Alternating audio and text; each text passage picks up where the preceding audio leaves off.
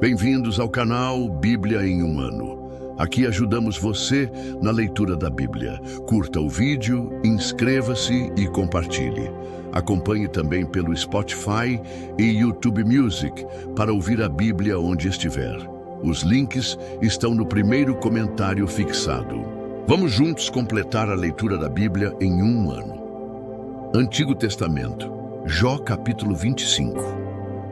Então Bildade de Suá respondeu: O domínio e o temor pertencem a Deus. Ele impõe ordem nas alturas que a ele pertencem. Seria possível contar os seus exércitos? E sobre quem não se levanta a sua luz? Como pode, então, o mortal ser justo diante de Deus? Como pode ser puro quem nasce de mulher? Se nem a lua é brilhante, nem as estrelas são puras aos olhos dele, muito menos o será o mortal, que não passa de larva, o filho do homem, que não passa de verme. Jó capítulo 26. Então Jó respondeu: Grande foi a ajuda que você deu ao desvalido, que socorro você prestou ao braço frágil. Belo conselho você ofereceu a quem não é sábio, e que grande sabedoria você revelou. Quem o ajudou a proferir essas palavras? Por meio de que espírito você falou? Os mortos tremem de angústia debaixo das águas, estremecem os que nelas vivem. Nu está o Sheol diante de Deus, e nada encobre a destruição. Ele estende os céus do norte sobre o espaço vazio, suspende a terra sobre o nada. Envolve as águas nas suas nuvens, e estas não se rompem sob o peso delas. Ele cobre a face da lua cheia ao estender sobre ela as suas nuvens. Traça o horizonte sobre a superfície das águas, para servir de limite entre a luz e as trevas. As colunas dos céus estremecem, aterrorizadas por sua repreensão. Com o seu poder, agitou o mar. Com a sua sabedoria, despedaçou Raabe. Com o seu sopro, os céus ficaram límpidos. A sua mão perfurou a serpente arisca. Veja só, tudo isso é apenas uma amostra das suas obras. Tudo o que ouvimos dele são meros sussurros. Quem, no entanto, poderá compreender o trovão do seu poder? Jó, capítulo 27.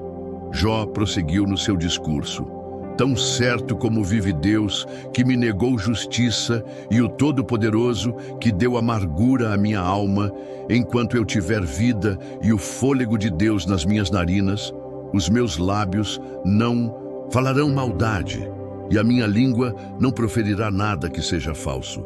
Nunca darei razão a vocês. Até a morte, jamais negarei a minha integridade. Manterei a minha retidão, nunca a deixarei. Enquanto eu viver, a minha consciência não me repreenderá.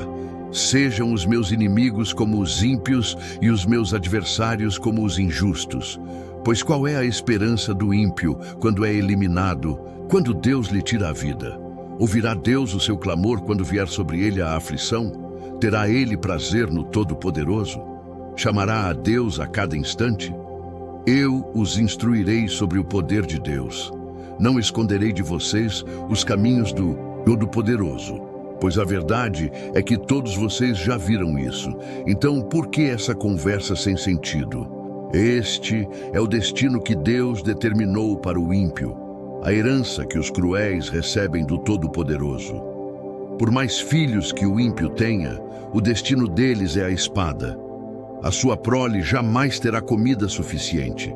A epidemia sepultará aqueles que lhe sobreviverem, e as suas viúvas não chorarão por eles.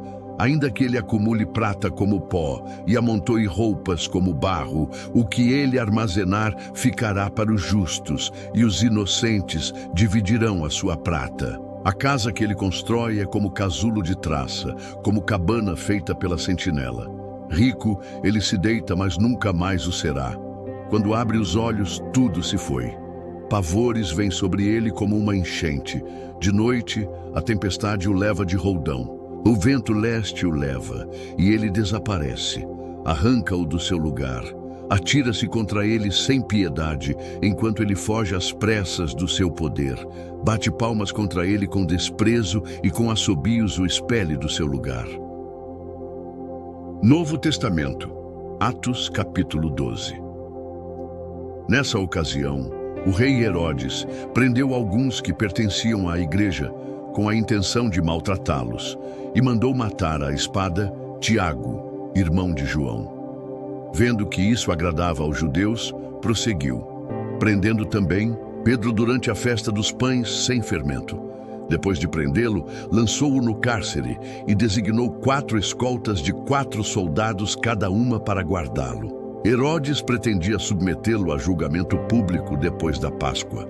Pedro, então, ficou detido na prisão, mas a igreja orava intensamente a Deus por ele. Na noite anterior ao dia em que Herodes iria submetê-lo a julgamento, Pedro estava dormindo entre 2 soldados, preso com 2 algemas, e sentinelas montavam guarda à entrada do cárcere. Repentinamente apareceu um anjo do Senhor e uma luz brilhou na cela. Ele tocou no lado de Pedro e o acordou. "Depressa, levante-se", disse. Então as algemas caíram dos punhos de Pedro. O anjo lhe disse: "Vista-se e calce as sandálias." Pedro assim o fez, e o anjo ainda lhe disse: "Ponha a capa e siga-me." Quando ele saiu, Pedro o seguiu, mas não sabia que era real o que se fazia por meio do anjo. Tudo lhe parecia uma visão. Passaram pela primeira e pela segunda guardas e chegaram ao portão de ferro que dava para a cidade. Este se abriu por si mesmo para eles e passaram. Tendo saído, caminharam ao longo de uma rua e de repente o anjo o deixou. Então Pedro caiu em si e disse: "Agora sei sem dúvida alguma que o Senhor enviou o seu anjo e me libertou das mãos de Herodes e de tudo o que o povo judeu esperava." Percebendo isso, ele se dirigiu à casa de Maria, mãe de João, também chamado Marcos, onde muita gente havia se reunido e estava orando. Pedro bateu na porta do alpendre e uma criada chamada Rode veio atender. Ao reconhecer a voz de Pedro, tomada de alegria, ela correu de volta, sem abrir a porta, e exclamou: "Pedro está à porta." "Você perdeu o juízo", disseram. No entanto, ela insistia em afirmar que era Pedro. Então disseram: "Deve ser o anjo dele." Pedro, no entanto, continuou batendo. Quando abriram a porta e o viram, ficaram perplexos. Ele, porém, fazendo sinal com a mão para que se calassem, descreveu como o Senhor o havia tirado da prisão e disse: "Contem isso a Tiago e aos irmãos." Então saiu e foi para outro lugar. De manhã não foi pequeno o alvoroço entre os soldados quanto ao que tinha acontecido a Pedro. Fazendo uma busca completa e não o encontrando, Herodes fez uma investigação entre os guardas e ordenou que fossem executados. Depois, Herodes foi da Judeia para Cesareia e permaneceu ali durante algum tempo. Ele estava muito irado contra o povo de Tiro e Sidom. Contudo, estes haviam se reunido e procuravam ter uma audiência com ele. Tendo conseguido o apoio de Blasto, homem de confiança do rei, pediram paz, porque dependiam das terras do rei para obter alimento. No dia marcado, Herodes, vestido de trajes reais, sentou-se no trono e fez um discurso ao povo. Eles começaram a gritar: "É voz de um Deus, não de homem." Visto que Herodes não glorificou a Deus, imediatamente um anjo do Senhor o feriu, e ele morreu comido por vermes. Entretanto, a palavra de Deus continuava a crescer e a espalhar-se. Tendo terminado a sua missão, Barnabé e Saulo voltaram a Jerusalém, levando consigo João, também chamado Marcos. Obrigado por chegar até aqui. Curta o vídeo, inscreva-se no canal e compartilhe com aqueles que são importantes para você. Que Deus nos ajude a completar esta jornada. O Senhor te abençoe e te guarde. O Senhor faça resplandecer o seu rosto sobre ti e tenha misericórdia de ti. O Senhor sobre ti levante o seu rosto e te dê a paz. Até amanhã.